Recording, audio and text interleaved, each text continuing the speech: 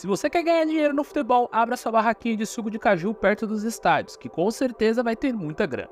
Digo isso porque vira e mexe a torcida vai pedir para o árbitro ir para sua barraquinha. Se liga só.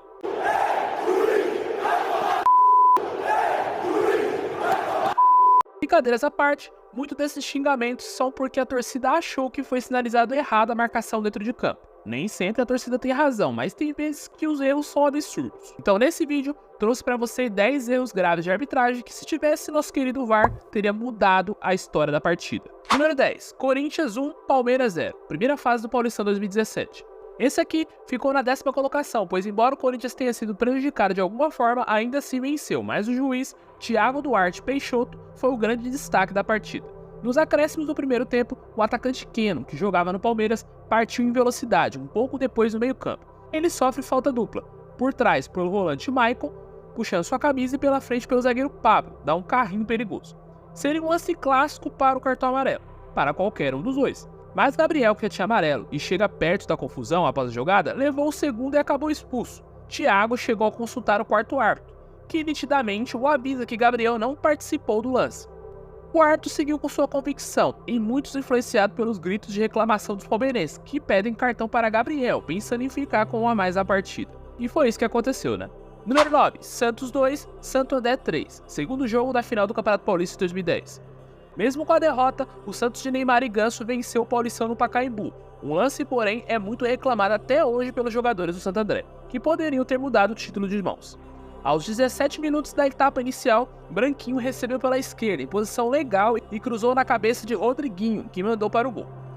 A auxiliar Maria Elisa Correia Barbosa viu um impedimento no passe de Branquinho, que estava 1 metro atrás do último defensor santista, e o árbitro Salvo Espírola anulou o gol. Caso tivesse vencido por 4-2, Santo André teria sido o campeão. Número 8. São Paulo 2, Palmeiras 1. Primeiro jogo da semifinal do Paulistão de 2008. Olha o Paulistão aí de novo. Parece que os árbitros, antes do VAR, adoravam fazer erros graves no Paulistão, né? Dessa vez, o erro foi no primeiro gol anotado pelo São Paulo no Morumbi contra o Palmeiras nessa partida. Aos 11 minutos de jogo, Jorge Wagner cobrou falta pelo lado esquerdo do ataque. O atacante Adriano Imperador deu um peixinho com os braços esticados dentro da área. E a bola bateu na sua mão direita antes de estufar as redes do goleiro Marcos.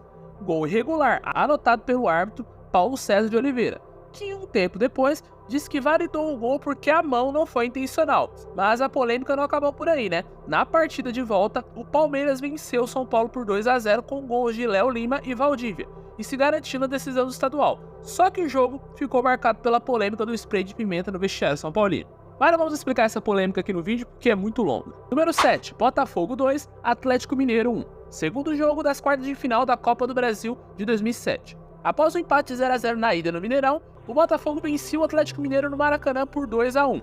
Aos 46 minutos do segundo tempo, o Coelho cruzou para a área e o goleiro Júlio César espalmou para frente. A bola sobrou dentro da área para Cho, que driblou Alex Bruno e foi derrubado pelo zagueiro dentro da área. O árbitro Carlos Eugênio Simon não marcou a penalidade clara.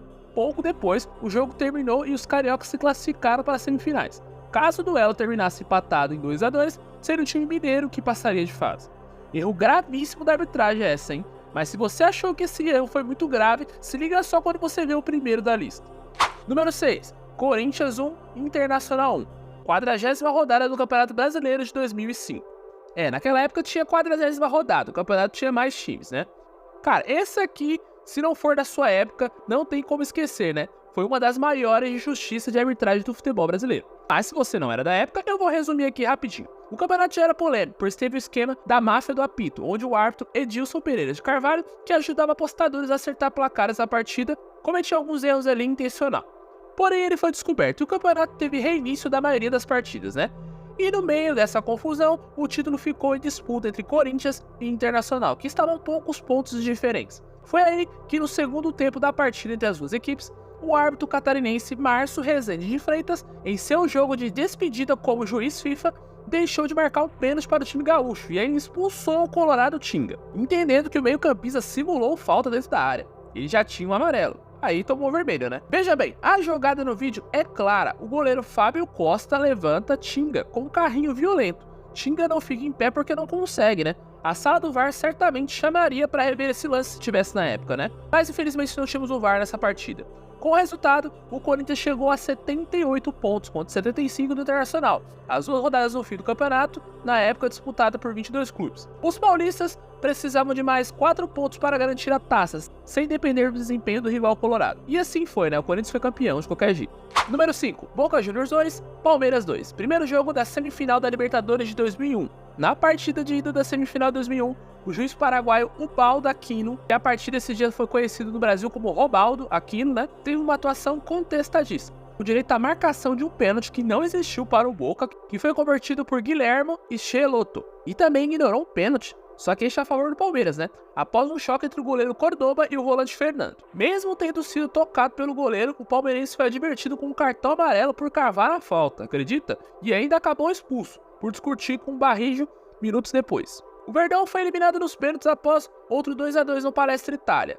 Mas o Ubaldo Aquino é o personagem mais marcante para quem viveu aqueles duelos entre Boca e Palmeiras. Número 4, Corinthians 2, Portuguesa 2. Segundo jogo da semifinal do Paulista de 1998. A Federação Paulista trouxe o árbitro argentino Javier Castrilli para comandar a semifinal do estadual entre Portuguesa e Corinthians. Veja só que confusão, hein? Sua atuação, porém, foi bastante contestada pelos torcedores lusitanos. Ele marcou uma penalidade polêmica de Evair em cima do zagueiro Cris, que gerou empate corintiano. Mas o lance, que ficou marcado para a história, ocorreu aos 44 minutos do segundo tempo. A Portuguesa vencia por 2-1 e estava se garantindo na final, tava uma festa da Lusa, né? Mas aí, Marcelinho Carioca cruzou na esquerda para César e interceptou a bola com o peito. O árbitro argentino, porém, viu o toque de mão do zagueiro e marcou a penalidade. Rincon converteu a cobrança e classificou o Corinthians para a decisão contra o São Paulo. Ao final do jogo, os jogadores da Portuguesa ficaram revoltados e alguns deles até deixaram o campo chorando. Que sacanagem, cara! Nosso time veio pra jogar bola, ele tá de palhaçada. Vocês podem falar melhor do que eu, se vocês viram a mesma coisa que eu vi. Foi uma cena lamentável. Número 3, Botafogo 1, Santos 1. Segundo jogo da final do Brasileiro de 1995. Com a derrota para o Botafogo no Rio de Janeiro, o Santos precisava de uma vitória em casa para ser campeão. O que se viu no Pacaembu foi uma das arbitragens mais desastrosas da história de uma final de Campeonato Brasileiro, né?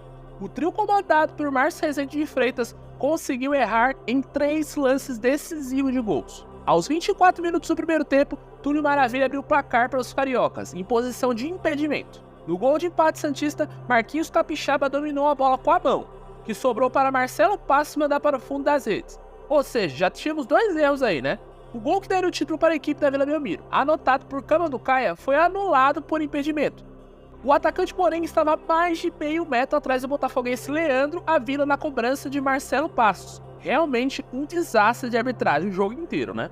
Número 2, Ceará 1, Grêmio 0 no segundo jogo da final da Copa do Brasil de 1994. No segundo tempo da partida, no Estádio Olímpico, o atacante Sérgio Alves do Ceará leva um empurrão do zagueiro Paulão na área.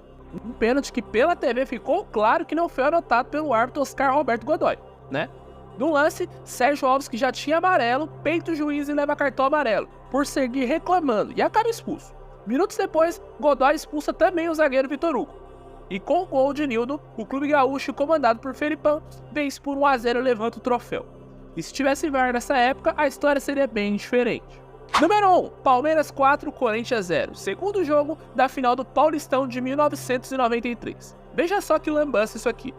Esse aqui é o mais interessante. O jogo teve diversas polêmicas com 3 expulsões. O goleiro Ronaldo, o zagueiro Henrique e o volante Ezequiel do Corinthians. Se houvesse VAR, ao menos uma das expulsões que falei não sairia. E uma outra aí provavelmente teria acontecido no meio dessa confusão toda, né?